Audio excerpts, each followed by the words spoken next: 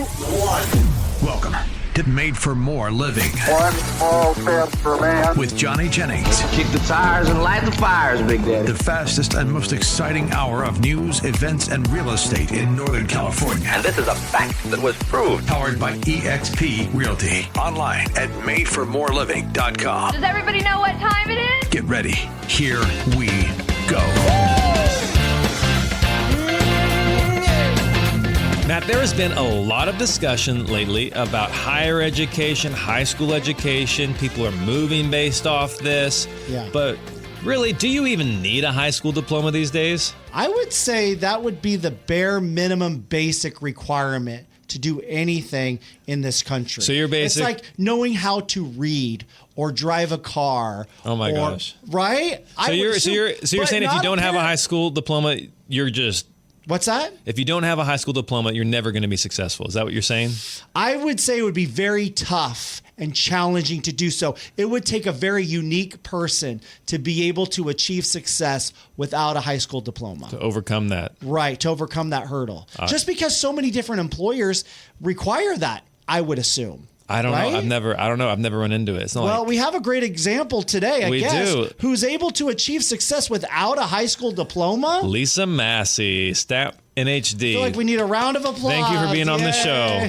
So, Lisa, but all jokes aside, you didn't achieve a high school diploma, right? Correct, I did not. And yet you're sitting here, you're on a radio show. I feel like show. you could be arrested. Like the police could find out where you live, go to your house, and mandate that you return to school to get that high school diploma. You got to have voter ID and a high school diploma. There you go, exactly. Yeah, there you go. But your life journey has started in a sense that in a state that maybe wasn't the most advantageous, but now here you are and you've risen above it. What would you say for people out there who maybe are in a situation that they're disadvantaged, maybe they're feeling like the victim? Mm-hmm. What was the difference between where you were then, younger in life, and where you are now? What made that difference?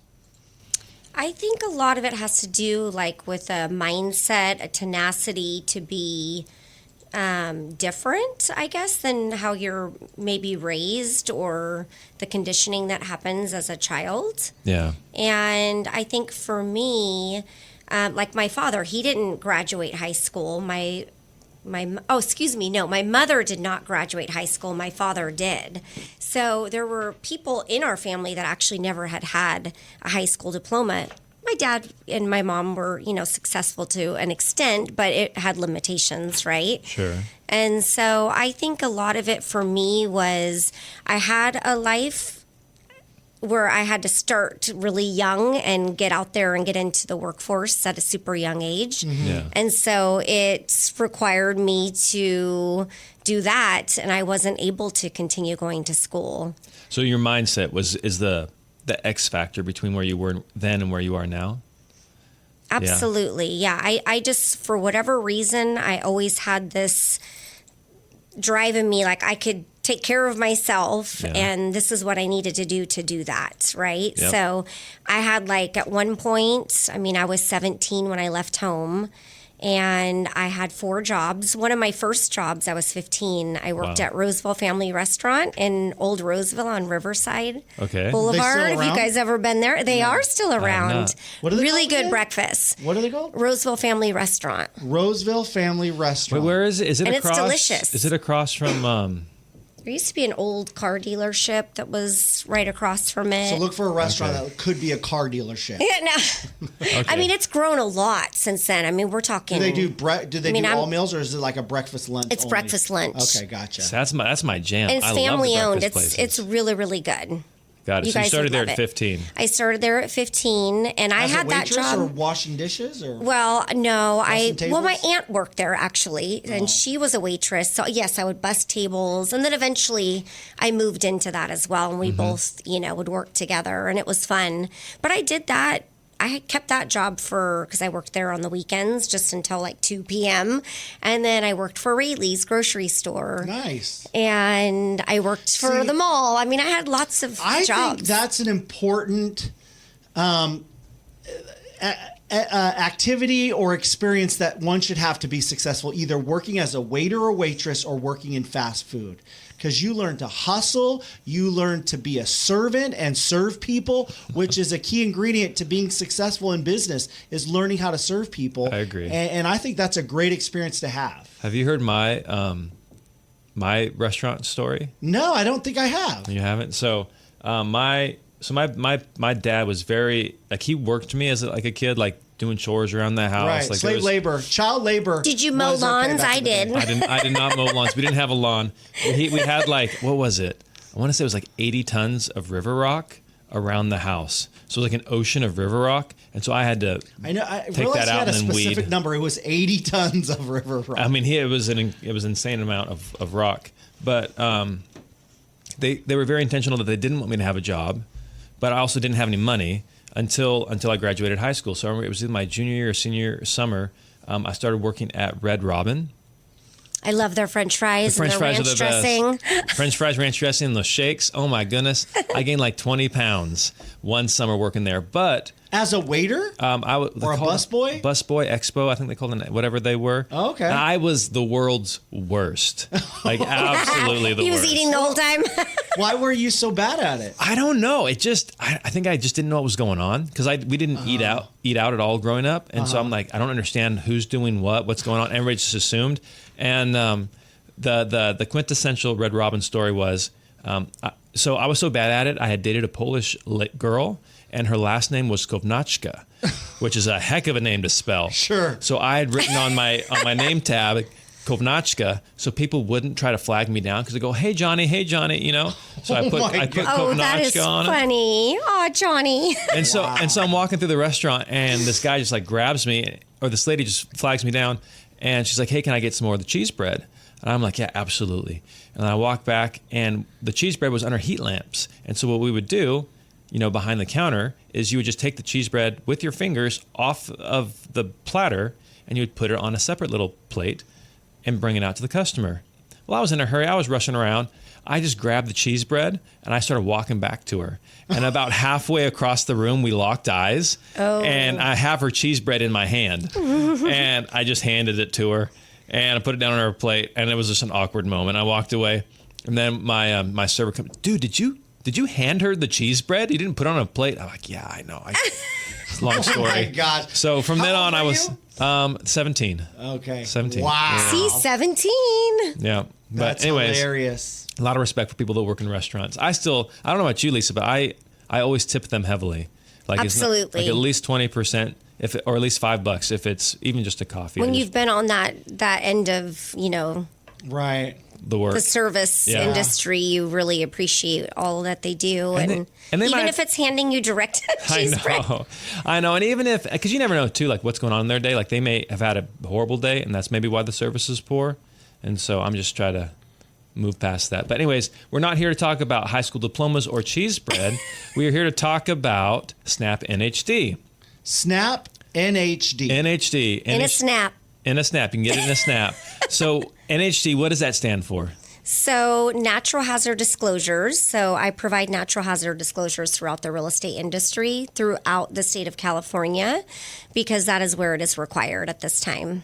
So it's a required disclosure by the state and Civil Code 1103. Civil Code 1103. And what most people don't realize is that the flood maps and the fire zones, everything changes a lot. We've had like Mike, Matt's co-host, has had issues with that. A lot of local people have had issues with that. How accurate, like how up to date is Snap's NHD maps? Well, we stay up to date with all requirements. So, anytime FEMA has a newly adopted maps, you know, if you think about the special flood zones, all of those maps are updated as soon as we get them. A lot of times, even before we know as we know the information is coming, we start to implement the system because we are a data technology company. So it's very easy for us to update these maps. And then, you know, we follow the guidelines for Cal Fire. So anytime those new maps, which we just had them, there was probably a 30% change in, you know, new maps that came out from Cal Really? Fire just last month. So 30, like statewide or? in Okay. the state of California.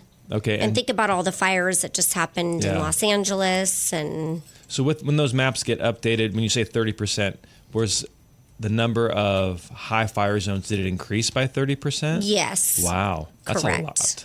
They're in the high fire severity zone. Okay. This might be outside the scope of your purview, but do you know why they go from not being a high fire zone to becoming a high fire zone? A lot of it is determined on future risk and Okay. past fires that have happened, right?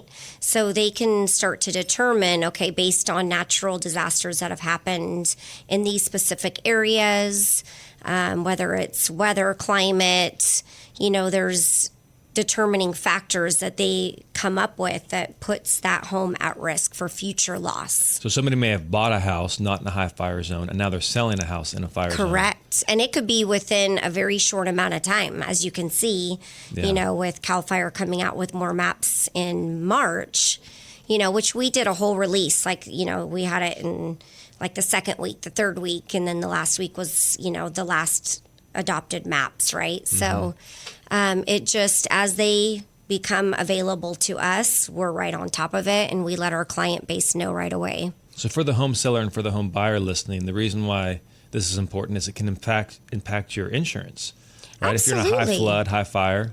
Yeah. Well, if you think about it for the buyer, if they're going into a home not thinking that they're going to need flood or fire insurance, then they get in to go to close escrow. They realize, the natural hazard disclosure, they didn't order that maybe at the time of listing. Now they're realizing they're in a high fire severity zone or special flood, and now they're going to need that insurance. And I mean, we're seeing astronomical, prices increased, for the year on that policy. So think about, it could be $500 a month. We've seen it to where it's in the thousands. So Yeah, I would say 500 is not that bad. It's not, I mean, it's yeah. not great. Nobody wants to pay that no, for 500 that's bucks. still a lot, but But that's not as we've bad seen as it it gets. real high. Yeah. And so when you think about getting down to closing escrow, you're thinking, well, that buyer now has to qualify for that as well. Right. Yep. And that's where the deal can potentially fall out. So it's And then very this- important to get that NHD at the time of listing. Absolutely. And that's something that we do with the Made for More team is as soon as we get a signed listing agreement, we reach out to Lisa and her team at Snap NHD and make sure that we have that document. And then we upload it to the MLS so that way agents can see it. Now, whether or not agents, I love that. Whether or not agents are looking at it, agents sometimes you guys don't even look at the showing instructions, but whether or not it is there, so that way it gives the potential buyer all that information up front, so they know exactly what they're purchasing, and there's no surprises. Absolutely. In the 11th hour. Just put it in the remarks, the company, it's already opened. I mean, a lot of listing agents do that when they're directing where the escrow goes, right? They tend Yeah. to pick their title company. Pre-opened with So- Margaret Harris, Chicago. Yeah, she's awesome. Yeah, we love Margaret. Margaret's great. But when we come back, what we're going to do is we're going to talk about AB 38 and how getting that Snap NHD inspection ordered up front can actually help with that. You go to the grocery store these days and you hardly ever talk to a real person. Everything's self-checkout and you're on your way. You call up customer service for a business and it's all automated responses. Sometimes you want to talk to a real live person. You want that engagement, especially when it comes to one of the biggest transactions of your life, selling your home. And that's why we love Johnny Jennings and his amazing team at Made for More Realty. It's not just us that love them. You know what? They have so many 5-star Google reviews. In fact, over 1,000 of them that you can go check out right now. So if you're curious how you can get at least 3 cash offers on your home in as-is condition, reach out to Johnny Jennings and his amazing team at Made for More Realty and get more for your home.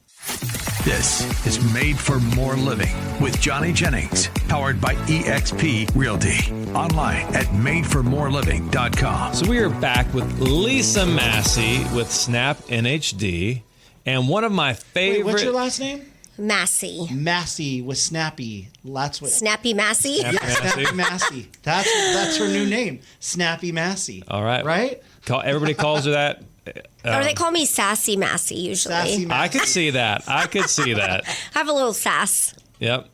You Well- have to when you're 5'1". I was gonna say I wasn't gonna say. I was trying to figure out how to phrase that. When you're your size, you kind of Snack need size. you need a little snap, a little Yeah. sass. So, but my favorite thing about you is just how long you've been in the real estate industry and how well connected you are and how nice you are to everybody. Like, you have such a great reputation. And that is really, in my opinion, what makes the difference between whether you're a real estate agent selling houses or whether you're working for an NHD company or a title company, is really your reputation and just how you treat people. And you have such a great reputation, Lisa. Thank you. Yeah, you're welcome. It's a big business, but it's a small world, right? So we're all connected. And the bigger you get, the smaller it is, right? And It's so true. You know so many people. And for people out there, if you have if you're looking for a good NHD company, if you're a real estate agent, give Lisa a call. What's their best way to reach out to you, Lisa? My phone number, 916-549-1226. You can call or text.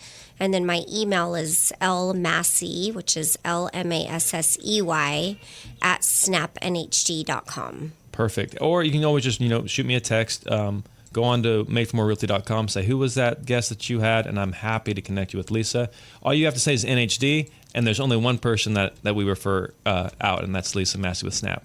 But getting back to the subject at hand, AB 38, it's very interesting that now in the in the county of El Dorado, like that, if you're in a high fire risk zone, you're needing to get that handled. Do you mind just sharing a little bit about what AB 38 is and what that looks like? Absolutely. So the AB 38 passed in July. It was July 1st of 2021.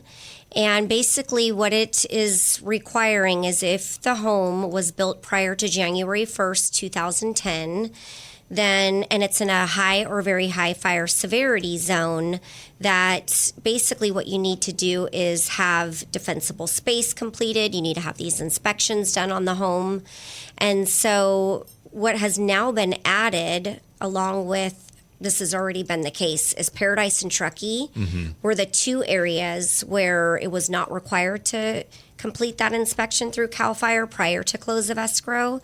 But as of last year in July, they have added El Dorado County to the required areas that you cannot close escrow before completing that inspection. And so that inspection, that is done by Cal Fire, right? Yes. So if it's in the it's in very high fire severity zone and it's at the SRA, which is a state responsibility area, that is Cal Fire.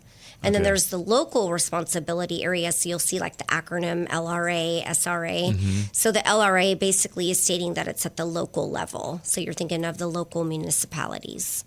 But that inspection has to be done prior to close, and that can take anywhere from days to weeks, correctly? Absolutely. And it's not that there's that much work to be done. It's just the response times can be that delayed. Absolutely. There's only so many inspectors that they have, so you definitely don't want to delay that close of escrow. So I really stress to the client, the agent, to, even if they know they're going to take that listing, if it's even 2 weeks before and they've signed with that seller, go ahead and just start the process. Reach out to me. I'll order the NHD report, and it will give them the in or out determinations. And then they're all hyperlinked in our report, so they can just simply click on the AB 38 link, and then the seller can just fill out their first, last name, email address, and their property address that they need that inspection on. And if for some reason Cal Fire comes back and says, well, actually it's not our responsibility, it's at the local level, then they will let the client know that as well. So just to recap, get that NHD report from Snap as quickly as possible. Absolutely. So like we talked earlier about how we like to order it as soon as we have the listing agreement signed. So then that way we can provide that on the listing. And just that way everybody knows, hey, are we in a high fire, high risk flood zone? If the agent maybe didn't do that and you're representing the buyer, get it ordered as quickly as possible as soon as escrow is open, because you don't know how long it's going to take for that work to get done. And what's sad is some of these people, many of these houses now, they bought the house, they were not in high fire zone, and now they don't even know that they are in high fire zone, and now they got to do work to the property in order to be able to sell it. And that just takes time, and that costs expense, and it really just needs to be handled sooner rather than later. So the great thing about Snap NHD's forms is as soon as you make that request, they can click on the link, and it'll take, if they are in a high fire zone, right, then click on the link and they can start the process. Like, it's super easy. Absolutely. We make it very easy for them to start that process, complete it. In all of the other areas in California, you can pass that responsibility off to the buyer. So the buyer would have 1 year post-close of escrow to complete the inspection. But now we have those 3 areas. And it'll be interesting to see, what happens, with all the latest fires. And, there's probably a lot more changes coming our way. And we are always at the forefront at Snap NHD to inform the real estate industry on, what direction we're going in. Yeah. So rest assured that we're on top of that. It seems like it's just going to become more likely that you're going to have to do those inspections prior to close. That's probably where it's going. It seems like it would go in that direction. It'll be interesting to see. Yeah, I'm just curious how they're going to do that because they're probably just hamstrung by the number of inspectors they have. But if all the foothills have to be inspected prior to close, we're talking about a lot of potential people you need in order to perform those inspections in a timely manner. I wonder, I just got so many ideas. I wonder if inspection companies could start doing this, if they would just let it farm it out to them, I could see that happening, absolutely. Yeah. Anyways, interesting stuff. But AB 38, make sure you get the Snap NHD ordered as quickly as possible. And what's really cool about your guys' product is if the house doesn't close, you don't pay. Do you mind exactly going over what that looks like? Yeah, so, sometimes, you'll have a signed offer and then the seller decides that they're going to change their mind. Or maybe they, something has happened, right? For whatever reason, the listing is going to fall through. And so there's no cancellation on our end. You guys are obviously out a lot more than we are on, our report. Yeah. Our report is $99.95. So it's, it's the cost of doing business, right? Sure. But we want to make sure that you guys are always informed and you have what you need right up front. So that's our position on that. So there's no cancellation fee at all whatsoever. Got it. So just order the report. There's no risk. There's only benefits. And you're right. Sometimes things do happen. I recently listed a house for a guy. He was moving in with his longtime girlfriend. They had 2 separate households, 2 separate families. He had kids. She had kids. And they've been together for I want to say 7 years, a long time. And he's like, Johnny, we're consolidating. We're going to do this. And so Brady Bunch, exactly. And so we paid for the photos, a 3D tour. We paid to stage the house. We did all this work. And he calls me up just after we listed the house and goes, hey, Johnny, your staging furniture's in the garage. I'm like, what are you talking about? He's like, I'm moving back in. You're going to have to pull the listing. I'm like, what? What are you talking? I thought we were selling the house because you're moving in with your girlfriend. And he's like, nope. Change of plans. Change of plans. We broke up. So your staging furniture's in and you're like, so we break up? Yeah, so now we're breaking up too. And but same thing that you provide is there we want to earn clients' business, not lock them into a contract. Absolutely. So we ripped up the contract, parted his friends, he didn't owe a dime, and now I'm just going to tell that story for the rest of my life. And you never know when that client will come back and, he'll have a new girlfriend maybe. There you go. Maybe she's moving in with him and we can sell her house. You never know. There you go. But it's a good way to do business for sure. Because life can throw you a lot of things. So. And you never know. So we don't want to lock people into contracts. We want to earn their business. Speaking of earning business, you do something special for realtors to get them to know you and just help them with their businesses. You mind going over what that looks like? Absolutely. So one of the things that I offer is, training through zip forms, through, how to navigate through the CAR forms that you guys work through, hopefully on a daily basis. The more you're, doing, listing homes and putting offers in. And so at Snap NHD, we are fully partnered with CAR. So we're that number 2 drop down on that RPA. And so what I like to do is take it a step further because there is a lot of competition, right? Just as agents. So how do you differentiate yourself in the market? And so I thought, well, learn how agents, upload their listings and their buyer contracts. And so basically I do a start to finish, how to get through a full contract, how to upload them, especially if you're putting offers in, tips and tricks that save you a lot of time. Yeah, you recently did that for one of our team meetings. I did, yes. And it's just so helpful. Agents' minds are like, what? I didn't realize you could do that. Especially when it's 8 o'clock at night and they're trying to write an offer last minute, I get calls all the time. Trust my me. God. Are you serious? Weekends too, yep. I'm like, okay, well, FaceTime. Sometimes we've got to do that to figure out, okay, what does their screen look like? Oh my gosh. Yeah, but I love it. It's funny because I have to remind people I don't work for CAR. I'm not a straight zip form trainer. I have to bring in natural hazard disclosures. So you're walking them through, okay, check that box. Okay, see Snap, add select Snap that NHD one right to there. the drop down. Yep. Absolutely. There you go. Make sure it's in your template. I mean, I do have a purpose there. Exactly. So if an agent is wanting to up their game or just they're tired of having to enter in their brokerage information, their license number. Absolutely.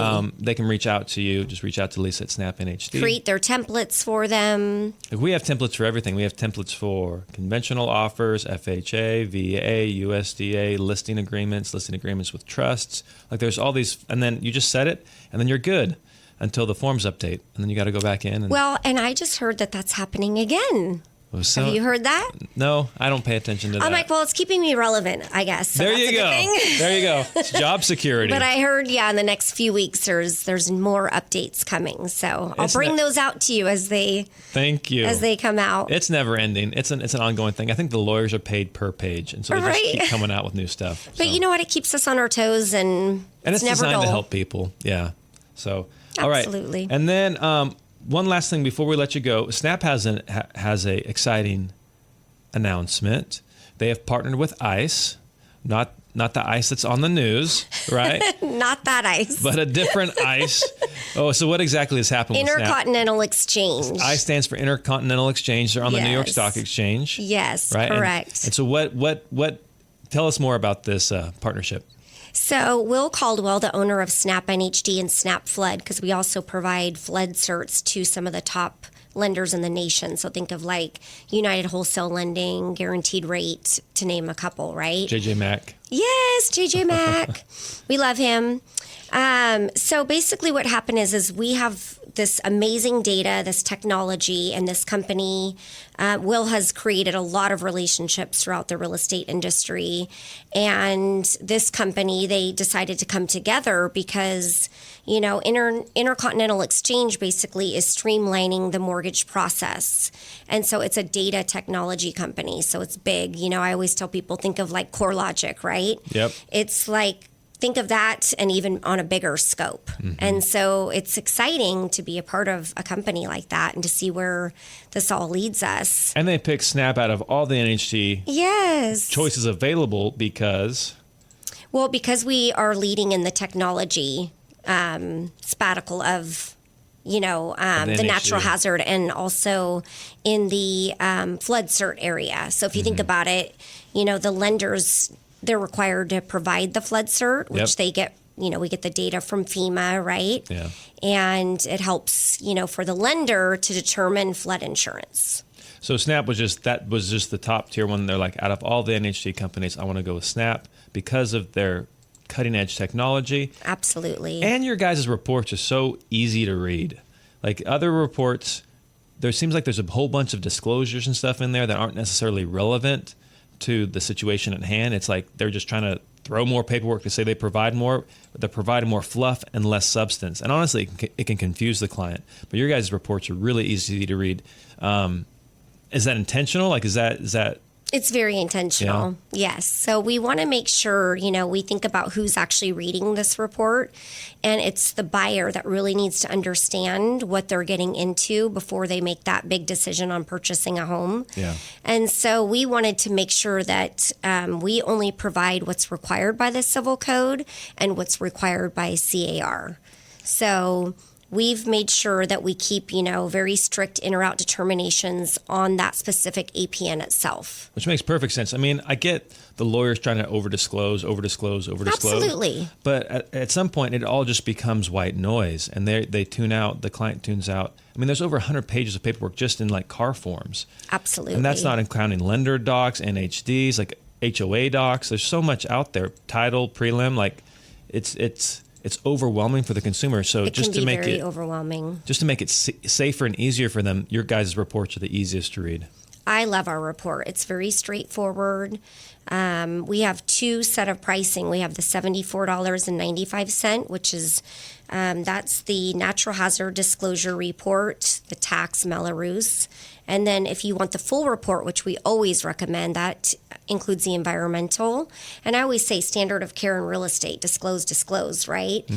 That report actually is not required, but I tell everyone the easiest way to think of environmental is anything that is man-made, right? That we've created as man, right? Like a dam? Yes. So you got leaky underground storage tanks, gas and oil wells, things that can cause, cancer, radon, think of all of those things that can occur and affect that actual APN. So you definitely want to make sure that you're letting your buyer know of those potential concerns. So we do provide that for the full price of the $99.95 report. I mean, it's worth $25. Like, just do it.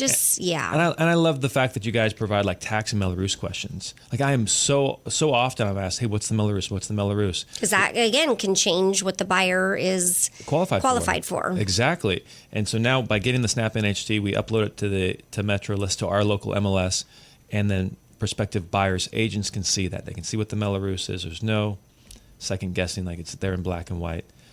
So many reasons to work with Snap NHD, specifically Lisa Massey. So that's it. Any last comments? Anything you want to share before we end this the show? Oh goodness, let's see. I don't mean to put you on the spot. There doesn't have to be anything. One more time, what's the best way for people to reach out to you? 916-549-1226. You can call or text. And I look forward to working with everyone this year. And I feel like the market's heating up. It is. I feel like there's positive energy out there. Finally. And my last thing is just remember to order that NHD. You don't want any surprises. So I'm always just really pushing that. And that all of our maps are updated and ready to go. Love it. And the Snap NHD, there's no other choice. Just pick Snap NHD. Thanks, Lisa. The one and only. The one and only. Thank you.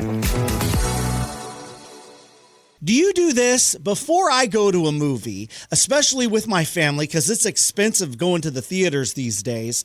I go to Rotten Tomatoes and I check out the critics' reviews, the audience reviews. I want to make sure that I'm going to see a good movie because it can be expensive. I want to make an educated decision. And I think that should be true when it comes to deciding who's going to help you sell your home. You want to make an educated decision. So here's what we recommend you do. Go to Google and search Johnny Jennings and the Tom Daves team at Made for More Realty. Here's what you're going to find. Over 1,000 five-star Google reviews who say Johnny Jennings is the best, that he's helped them sell or purchase their home. He has great expertise and experience, and that's how we have come to know Johnny Jennings, is just a great word of mouth that he is the best in the area. Hey, maybe that's why they were voted #1 team in Roseville for the past 3 years. So make an educated decision when it comes to selecting the person to sell your home. Hey, if you don't want to go through all the hassles of showings and open houses and getting things organized or doing all of those costly repairs, Johnny Jennings can give you at least 3 cash offers on your home in as-is condition. Again, at least 3 cash offers on your home in as-is condition. So if you want to work with the best in our area, just Google Johnny Jennings with Made for More Realty. Again, Google Johnny Jennings with Made for More Realty and get more for your home. This is Made for More Living with Johnny Jennings, powered by eXp Realty.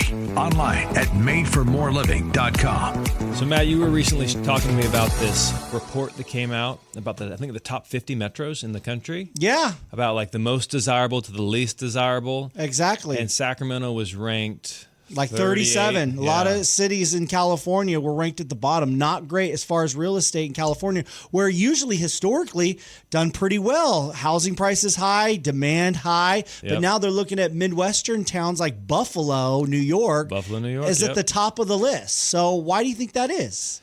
Well, I would push back on that. I don't know. A lot of people.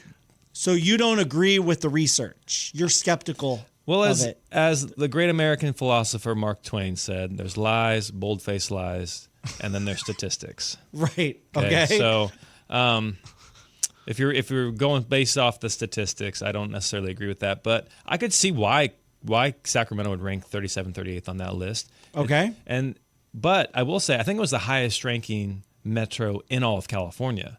So Sacramento? I think it was. And the reason why is because there's still there's great schools, great standard of living here, and it's still relatively affordable. Like if you're trying to get a house, the same house you get in the Sacramento region down in San Diego, it's going to be way more expensive. Right. Or comparatively in the Bay Area. California. So if we're just talking about within our state, then Sacramento gives you the best bang for your buck. Correct. And it still has good schools, hospitals, decent airport. Like in Kalinga, you can get way more for your, where I'm from. Right. Or in Fresno, you can get way more for the bang for your buck. But it's not exactly as desirable of a place. Would you say there's up and coming areas, though, in California that can compete with Sacramento as far as what you can get for your dollar, that have all those amenities, that have good, infrastructure, schools, have a good economy, maybe technology, but are somewhat affordable?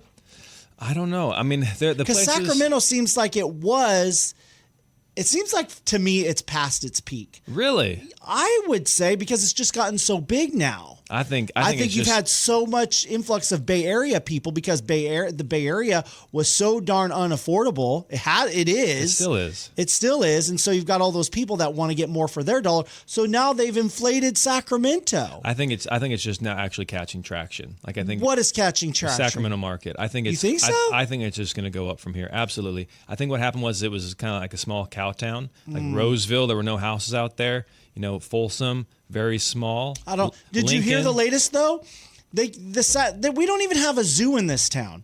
The Sacramento Zoo was supposed to planning to move to Elk Grove. They nixed that. They said, there's not enough land. It's going to cost too much. So now we've got like a really, really mediocre zoo.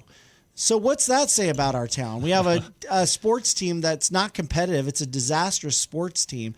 So I don't know. I'm just curious. I think it's on the up and up. Really? Okay. Absolutely. The amount of building, the amount of infrastructure, the amount of people that are choosing to live here versus in the Bay Area. I think it's become, as it starts growing, it's going to hit this critical mass where I think it's just going to really explode. But I guess it depends on what you want, because like even the downtown arena that we had, there was a lot of naysayers. A lot of people said, no, we don't want our town to grow. We like it the way it is. We like it the size it is. You had people who think we should be a Placerville or an Auburn, right? Yeah. They just like the town the way it is. They don't want to grow. They don't look what's happened. Crime and homelessness have been on the rise. And so they look at all of those things that make a great town, right? All the great things. There's some drawbacks too to a big city that we've started to see. And so I'm just curious if there's other up and coming places, because like for instance, Roseville wasn't always what it has been. Yeah. I remember in 1997, a friend of mine said, hey, we're going to invest in Roseville. We hear that's going to be the number one growing city in California. And this was in 1997. And they moved, and I don't remember what the population was, but it just skyrocketed, obviously, to this is before the Galleria. This is before Sun City out there. This was decades ago. And so I'm just curious from your perspective, like, do you think maybe there's another area? I mean, I guess you would call the Yuba City, Marysville area part of the greater Sacramento area. Would you say that is? Yep. Because we've seen a lot of growth there. Yep. But is there another area in Sacramento, maybe closer to the Oregon border, or I don't know. There's a lot of people who don't like Sacramento anymore, but would like to stay in California. Is there other areas that are more desirable? Bakersfield? I don't know. So the problem that people run into, and I'm speaking from firsthand knowledge, is if you want the small town, if you don't want the big town environment, but you also want some of the big town amenities, do you want to have to drive an hour and a half to go to the doctor? Right. And so that's kind of where I grew up, and that's the environment I grew up in, and some people just don't want that. As far as upcoming counties, I do think Bakersfield has some potential there. It's been traditionally an oil town. Yeah. I think Bakersfield's big because it's really close. You're just over the grapevine, and then all of a sudden you're in Southern California, right? So and you're not far from the coast either. So Bakersfield, I see a lot of people moving to Redding. like from personal experience, a lot of people That's are leaving true. here It's pretty hot up there, but still. and moving to Redding. Yeah, so Redding is probably an More up-and-comer. conservative area too, right? Yep, traditionally. Yep. Yeah. And so those are two places. I used to hear people moving to Fresno, but not so much now. No. Modesto, people are leaving Modesto. Really? Yeah, Yeah. unless it's like the outskirts, like Ripon. Yeah. Because you can live in Ripon, and if you're like in law enforcement, you're still close enough to be able to work in the Bay, and so you can live in Ripon and work in the Bay, and so it's more affordable for you.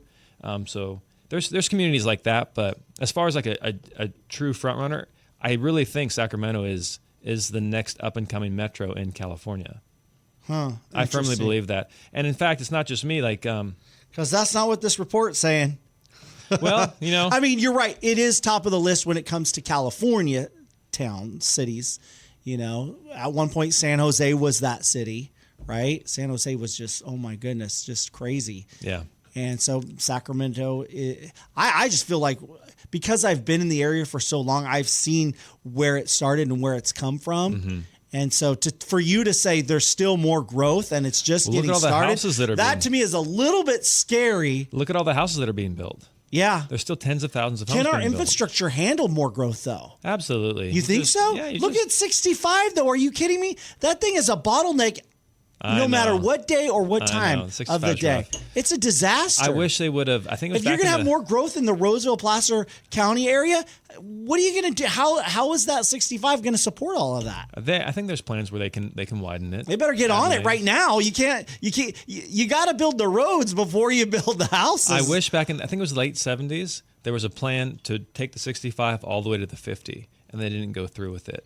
And that really bottlenecked the growth, I think, of the area. Because can you imagine living in Lincoln and working in Folsom? Yeah, I think the infrastructure in Sacramento, at least the freeway system, is going to be a challenge. Yep, that's a challenge. But there's talk that Lincoln could be bigger than Roseville someday. But they're almost merged together. Roseville, Rockland. I mean, I don't know if I'm in Roseville, Lincoln, or Rockland. It all just merges together. And then you have, is it West Roseville? West Roseville doesn't even seem like Roseville. It seems like a whole.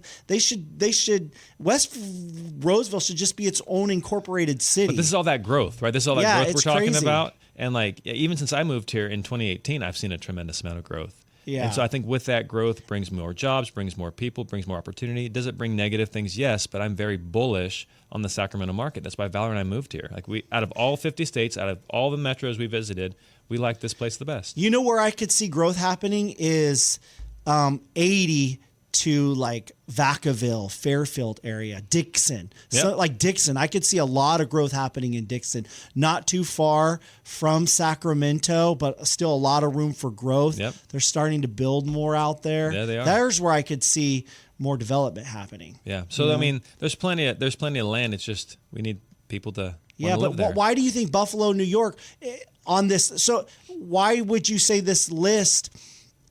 It sounds Why like this is list was ranked off of affordability. It Yeah. sounds like it was ranked off of. So affordability mixed with job opportunities or like Yes. the average income. Right. It's probably what it was done based on. And so you can get an affordable house and have a decent paying job in Buffalo, New York. But not in Sacramento or California cities.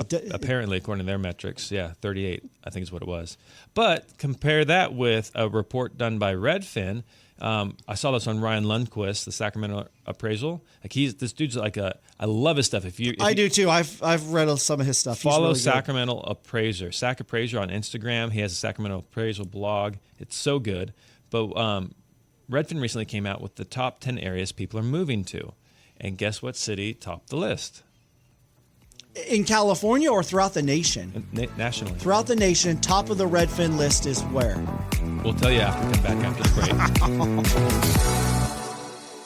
You go to the grocery store these days and you hardly ever talk to a real person. Everything's self-checkout and you're on your way. You call up customer service for a business and it's all automated responses. Sometimes you want to talk to a real live person. You want that engagement, especially when it comes to one of the biggest transactions of your life, selling your home. And that's why we love Johnny Jennings and his amazing team at Made for More Realty. It's not just us that love them. You know what? They have so many 5-star Google reviews. In fact, over 1,000 of them that you can go check out right now. So if you're curious how you can get at least 3 cash offers on your home in as-is condition, reach out to Johnny Jennings and his amazing team at Made for More Realty and get more for your home. This is Made for More Living with Johnny Jennings, powered by eXp Realty. Online at madeformoreliving.com. So we are back with the top 10 areas that Redfin is claiming people are moving to in the nation. And at number 2 was Phoenix, Arizona. Phoenix, Arizona. It's hot there. I know, I don't get it. Oh my goodness. We went on a road trip. We got out. It was like you're in an oven. But they've got a lot of stuff going on in that area. I don't know if it's true, but I've heard there's actually, in the summertime, you can buy blocks of ice and have it delivered to your house, like big blocks of ice, and have it pushed into your pool. Yeah, I've heard of that too. Well, I think it has to do maybe with some of the politics. I think there are folks that are leaving liberal states like California and moving to conservative. I think Phoenix is somewhat conservative. Arizona. I know you've got a lot of people retiring from California that love moving to Arizona. Yeah. Because the winters there are fantastic. Yep. It's very interesting too, though. Like it's so funny. The people who are leaving California are also liberals. Like they're moving to Idaho. They're moving. Affordability. It's affordability. But what's funny is that it's the policies oftentimes that they supported that jacked the costs up. But now they're moving and they're like, hey, it's more affordable here. Well, I don't like this and this and this. And then they change the dynamics. When you agree that money talks a little bit louder than your politics. But what ends up happening is like the politics starts shifting in that area, and it starts going back to the politics and the costs from the area you left. Yeah. So you're right. It is very very interesting. So Phoenix is number 2. Phoenix is number 2, and number 1 was my favorite, Sacramento, California. I don't believe it. So they're not saying this is where people are moving to. But this is based off of search queries, so searches. So number 1 most searched people for people looking to do research and move to Sacramento, California. Take that, Buffalo, New York. Right. Who are these people that are researching this? Are these Californians? Are these Bay Area people? Where are all? You're saying it's based on searches. Yeah. Correct? Yeah. So more people out of anywhere in the country are searching Sacramento, California. Correct. To move to. So home searches, right? Net inflow in metros. This isn't like little towns, right? This is metros. So number 1 was Sacramento. So this data does not reflect actual moves. It's based on a sample of about 2 million Redfin users who searched for houses. And they were searching for Sacramento. So explain that to me. Explain how Sacramento is number 1. I think it's just if you want to live in California, it's an affordable place. Dude, like the schools here are so good. So you think because California is the most populous state in the union, we just have a lot of people. Therefore, it's we have in the top 10, it's the only to be included. They must have viewed at least 10 homes in a 3-month period. So you think these are people living in Southern California, living in the Bay Area that want to move within state, and they're looking at Sacramento? I have no idea who was in this, but I mean, you see Sacramento's number 1, Phoenix is number 2, Cape Coral, Florida is number 3, Sarasota, Florida is number 4, Orlando, Florida is number 5. So 3, 4, and 5 is all Florida. Vegas is 6. South Carolina, Myrtle Beach. These are all places I hear people moving to. I'm wondering if these are people who live in Sacramento who are just searching Redfin for other places to move. I don't know. Okay, I want to get your perspective and your experience then. As working, day in and day out with clients and people, searching for homes, where are you seeing people coming from? Like coming into the state? Yeah. So coming in from the state. So 85% of the homes that sell in the Sacramento region are just people moving from Rockland to Roseville. Right. Okay. So 85% are within the state. Or within town, within the community. Yeah. And then you have the out-of-state people. Maybe it's less than that. Maybe it's more like 70, 75. But the vast majority of people locally. And then you have about 12 to 15% moving from the Bay. Right. Okay. And then the rest make up, and then we have a large number of people moving from Southern California. I don't have specific numbers on that. And then very, very few people are coming from like out of state. So 12 to 15% from the Bay Area. Yeah. And then an additional 5 to 10% coming from maybe Southern California or another state for job reasons. Yeah. I see a lot of people coming up from like Orange County. like a lot. I'm not saying like everybody's coming from Orange County, but a lot from that part of California, and they're coming up here partly because of the politics, partly because of affordability. Yeah.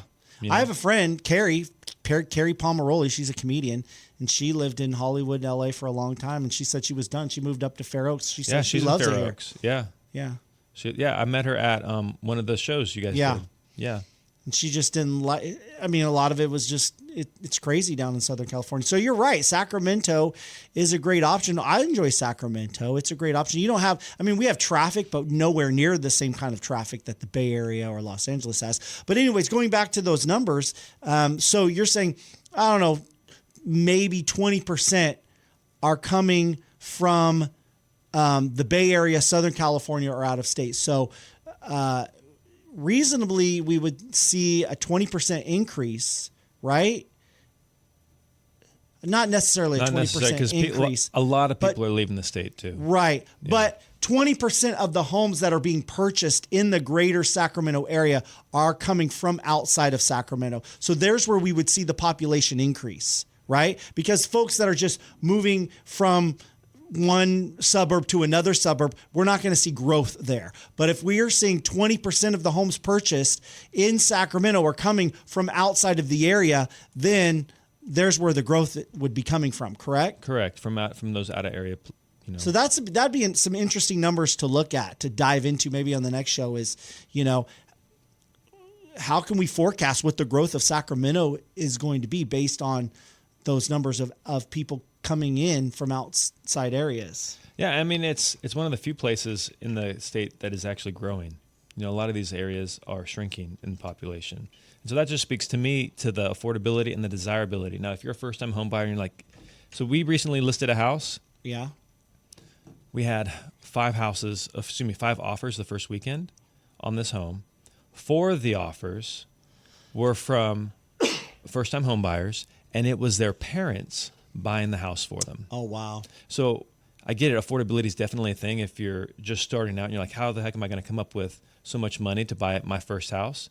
But as far as the larger real estate, you know, scene goes, it's much more affordable to buy a house here than, say, in San Diego. So if you're looking to buy a house or curious what your house is currently worth, you can always reach out to us on madeformorerealty.com. We're the most highly rated Google review team in the area.